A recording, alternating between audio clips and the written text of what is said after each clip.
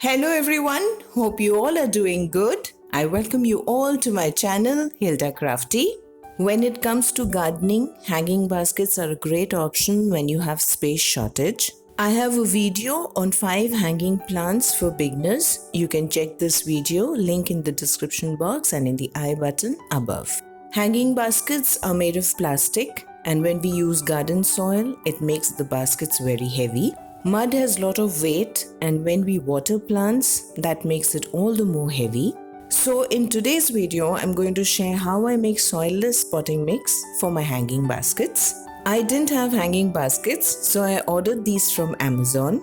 While unboxing, I will give you a bit of information of the potting mix that I'm going to prepare. In this mix, we will be able to grow seasonal summer plants, seasonal winter plants, and of course permanent plants as well. This soilless potting mix is very light and porous, which makes the hanging baskets lightweight, and there is no danger of the baskets losing its shape or falling down due to weight. Since the potting mix is porous, the roots of the plants grow and develop very well.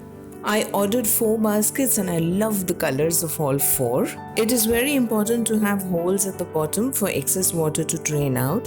So take any sharp object, heat it on gas and make holes. You can pierce these 3 sides if they have a thin plastic layer on them. Then fix the chain hooks. I have done so for all the 4 baskets. So now let's move on to prepare a soilless potting mix. Taking a required size tub, I'm first taking coco peat. I have a video on how to wash coco peat before using it. Do watch the video before preparing this potting mix, link in the description box and in the I button above.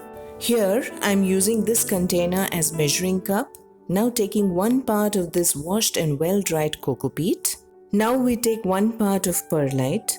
Perlite is a volcanic soft rock. It is a porous media, so it helps the roots to get proper oxygen, thereby aiding in good development of the roots. Also helps in good drainage, so there is no root rot problem as well. Now we will take 1 part of vermiculite. This is also volcanic rock, very light and has mica-like appearance. This has more water holding capacity, so whenever roots need water, they themselves draw from this. Now we will take 2.5 parts of vermicompost. We can even use cow dung compost or kitchen waste compost, but make sure that these are well decomposed and it should be loose and not have any lumps. Now here we will add compost only 1 time in the potting mix. Not like we do in normal pots where we add compost in 15 days. We don't keep adding for the reason that the potting mix will then start holding moisture for a longer time, and that will result in root rot. Now we will add half part neem cake powder. This adds nutrition to the plant, also prevents the plant roots from pest and fungal attack. Now we will take 1/4 part bone meal powder. This is rich in phosphorus and calcium.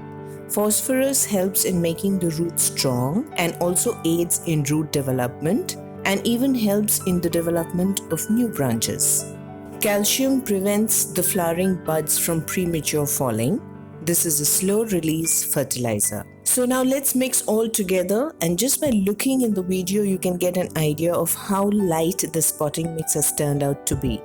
So now let's add plants in the baskets. I have kept a thin muslin cloth to cover the holes to prevent potting mix to flow out. We will slightly wet the potting mix before we put it in our basket. We will fill only half the basket. This is asparagus fern, and I will separate this other plant and put it in a separate pot. Slightly tap the pot to get the plant out. This other plant is purple fountain grass. It is used mostly for landscaping. I like this plant very much. We will remove half the soil from the fern and gently remove the mud a bit so we can see the roots, and place it on the new soil mix we prepared and place the plant like this. Cover it all round with this mix and press gently. This way the plant will not go in a repotting shock. It is important to keep the root balls safe. Now arrange the stalks so it falls equally in between the 3 chains and the plant looks good in the basket. Now just by looking, maybe you will get an idea how light the basket is. I have placed fountain grass in this pot. For this pot, I have also added garden soil, as the pots we keep down have to be little heavy. As the soilless media being light, it may cause the pots to fall when it gets windy. I have prepared potting mix for the other 3 baskets as well. I will follow the same procedure for the second basket. This is Boston fern. I would like to add that perlite and vermiculite are little expensive items. So in case you do not wish to buy them, then instead of perlite you can add rice husk, and instead of vermiculite you can add leaf mold or dry leaf fertilizer. We can make leaf mold at home. I will later make a video on this. When you buy perlite and vermiculite, you may find it little expensive. But when the plant grows well in this potting mix, and also you don't have to add compost at regular intervals as you do in normal pots, so you will find that it is not so expensive in the long run. Our second basket is also ready, so let's start with the third. This is baby tears plant, which I will use for the third basket. I really love this plant. This plant grows vigorously and looks amazing in a hanging basket. I would like to add that when we water normal plants, the water spreads all around the pot, but with this potting mix, this will not happen. This potting mix is porous, so we will have to water all round, or else the water will go down from that area only. Now for the last basket, I have chosen tangled heart plant. This has heart-shaped leaves. I had made cuttings and planted in this pot. Now I will shift these in the basket. This plant also looks lovely in a hanging basket. I will place the cuttings in the basket and press the potting mix around it gently to secure the roots. When you fill the potting mix in the basket, don't fill it till the top, as we have to add water and the water may overflow from the top. I would also like to add that perlite helps in shedding excess water from the media, and vermiculite acts as a sponge. It holds moisture, so these two act in tandem, thereby giving the soil a right balance of drainage and water retention. And our last basket is also ready.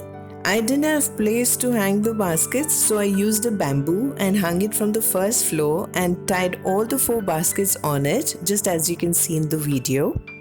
If you're fond of gardening and you are short of space, then using hanging baskets to grow plants is a very good option. These permanent plants are looking so good in these colorful baskets and adding so much color to my garden. Now during winter season, you can add flowering plants in this potting mix to get more color to your garden. And also, you will not have to water these daily as you water your normal pots with mud. If you water once, it will be good for at least a week. And yes, one more point I would like to add, that this potting mix will not attract any weeds and you don't have to loosen the top layer as you do in normal pots. I have given links for all the items used for this video in the description box below. You can check that out. I hope you found today's video useful. If you did, then do press the like button. You can share it with your friends and also press the notification bell. And if you're new to my channel, then do consider subscribing. Time to say bye for now. Next video will maybe craft related one. So I will meet you soon with a brand new video. Till then, bye bye. Take care. Love you all and happy gardening.